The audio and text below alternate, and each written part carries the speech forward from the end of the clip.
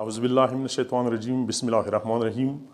خواږو ملګرو، مشرانو، کشرانو، د کورمیوالو، السلام علیکم.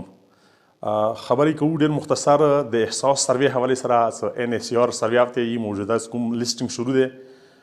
نن سیکرټري صاحب انجمن حسینیه مو سپروایزر وختي مو سره یو ډیټیل میټینګ وشولو. هغوی مو ته یو د هر قسم ته سپورټ شو راکړو، کوم قسم ته تکلیف تاسو ته وي مو ته سره شانه بشانه ولاړ یو.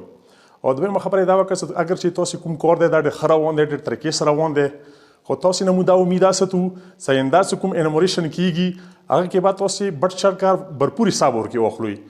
نه وروڼو مو تاسو دا عرض دی چې تاسو کوشش وکړئ، مهرباني وکړئ د دوه ورځو کې کوم لیسټینګ کیږي دا یو کور پاتې نشي، یو کلي کې یو کور پاتې نشي.